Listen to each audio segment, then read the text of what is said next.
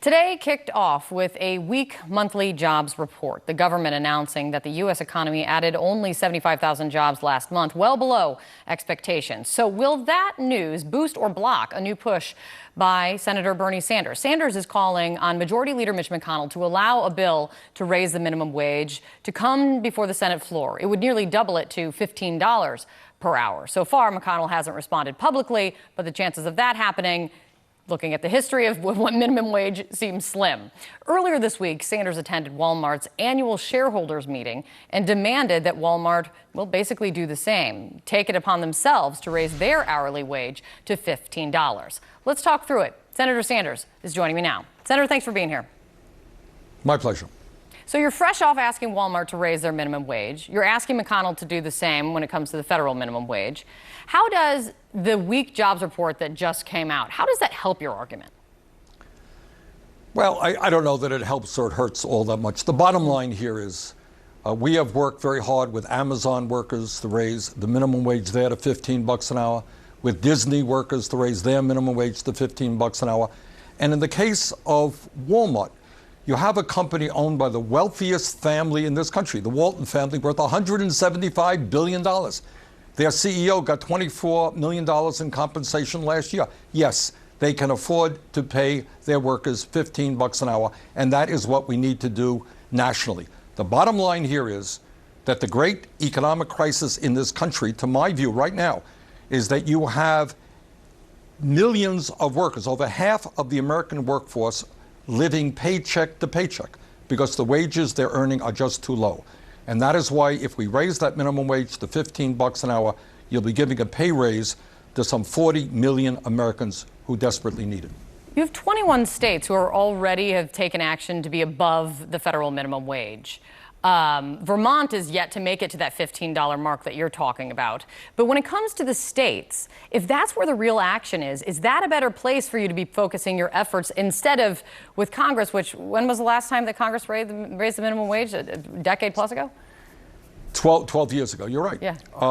Look, I think we've got to do both, and I was disappointed, to be frank with you. Vermont's minimum wage is now close to $11 an hour. Far higher than the $7.25 national minimum wage. And I was disappointed that the legislature did not take it to $15 an hour. But I think we've got to work on all fronts. We got to work on getting major corporations to do the right thing. We have to work on states. And I'm proud to tell you, that 4 years ago when I talked about raising that minimum wage to $15 an hour, I was told it was a very radical idea. But since then, 7 states have already done it. It is time for the federal government to do it. And this is what I say to Mitch McConnell. If McConnell wants to vote and his Republican colleagues want to vote against a $15 an hour minimum wage, that is their right as senators. But let's have that debate. And they can tell the people in Kentucky or all over this country why they think we should keep a starvation minimum wage of $7.25. That's what he wants to do. Let's have that debate. But not to bring that bill to the floor is wrong. The American people want that debate. They know that so many people are working at starvation wages, and I think they want that to change. That was the starvation wages is one of the biting criticisms you took directly to Walmart. Right after the shareholders meeting, you said that you didn't think that you'd change the CEO's mind when it came to this, when it came to $15 an hour. That seems to be right from what we see. But if they don't join the ranks then of Amazon and Costco on this one, will you and the campaign be boycotting Walmart? Well, let me just say this. What I was pleased, you're quite right. He did not say, yes, we're going to do $15 an hour, as Costco has done, as Amazon has done, as Target is in the process of doing. But what he did do, and say for, I believe, the first time, that he believed the federal government should raise the minimum wage. That's a step forward for them. But I think all over this country, people have got to put as much pressure on Walmart as they possibly can, because Walmart, as you know, is the largest private sector employer in this country, 1.5 million workers. Mm-hmm. As Walmart goes economically, it'll have an impact on a lot of other companies. And the goal here is very simple. It's to say that if you work 40 hours a week in America, you should not live in poverty. And the other point about Walmart and some of these other low-wage employers is many of the workers at Walmart are forced to go on Medicaid, food stamps, and public housing. Who do you think pays for that? It's the ordinary taxpayer who pays to subsidize that. But with that, you have no problem making bold statements and taking bold action in order to make a statement. Will your campaign be, I don't know, making a statement to boycott using Walmart until they do join the ranks of Amazon? Well, we are gonna work with, you know, I was invited to speak to the board of directors of Walmart by employees there, and we're working with a group of employees, and we will sit down with them and strategize as to how we continue to go forward. Okay.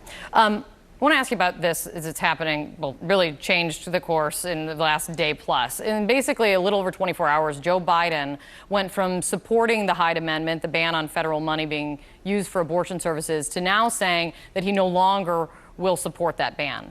Do you applaud him on that turnaround? Well, look, you know, there are 24 candidates running for president in the Democratic process. Joe is one of them. He will run his campaign the best way he can. All I can say is that I have always supported a woman's right to control her own body, and that means all women, including lower-income women. And I've always voted against the Hyde Amendment. So I'm glad that you know, Joe has come to that position. Do you trust that this is now his fixed position on federal funding for abortion services? Well, look, I'm not here to attack Joe Biden. All I'm here to say is that right now, the women of this country are under tremendous pressure, because what we're seeing in Alabama, Georgia, and other states is an outrageous effort to deny women the right to control their own bodies, is clearly an effort to undermine and end Roe versus Wade. And I will say two things. Number one, I hope the men who are watching this program understand this is not just a woman's issue. It's an issue that impacts all of us, and men have got to stand with women. And second of all, I think that we have got to do absolutely everything that we can. And as President of the United States, I would make certain that I will never, ever appoint any nominee to the Supreme Court who is not 100% supporting Roe v. Wade. Let me ask you about trade. It might be the one issue where you and President Trump have some agreement on. What do you think of the tariffs that he's threatening right now to impose on Mexico starting next week? Look, I mean, as you have heard me say, I think the trade policies of the United States under Republican and Democratic leadership for decades has been a disaster. If you look at NAFTA, if you look at PNTR with China, probably cost us over 4 million good-paying jobs. Companies shut down in America, throw American workers out on the street, and then they go to China and Mexico and hire people at very low wages. That's wrong. That's a bad policy. But for trade, you need a comprehensive trade policy. You need to be working with your allies. You cannot have a trade policy based on the tweet of the day. And that is very discombobulating, I think, for businesses, for farmers all over this country. So no, I do not support what Trump is doing on trade. Do I think we need to change our trade policies to protect American workers? Yes, I do. You have, tell me if you need a moment, because I know, believe me, I know what it feels like to get a catch in my throat when I'm trying there. I'm glad you have water, Senator. Let me ask you about Nancy Pelosi and what's happened and what she's actually said in the last 24 hours. You have stated very clearly your support for launching impeachment proceedings into President Trump.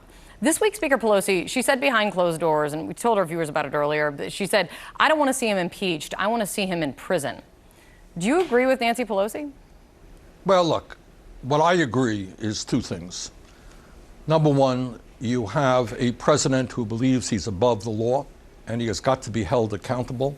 And I do believe that the Judiciary Committee in the House should go forward with an impeachment inquiry, But what Democrats in the House, and this is not an easy position to be in, and it's, you know, Nancy Pelosi is living in a difficult world right now, is the American people want to hold this president accountable.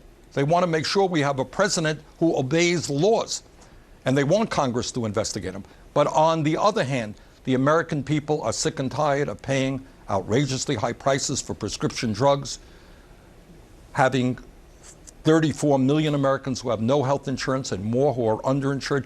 They want the Congress to be dealing with climate change, raising the minimum wage, criminal justice, immigration reform, enormous issues out there.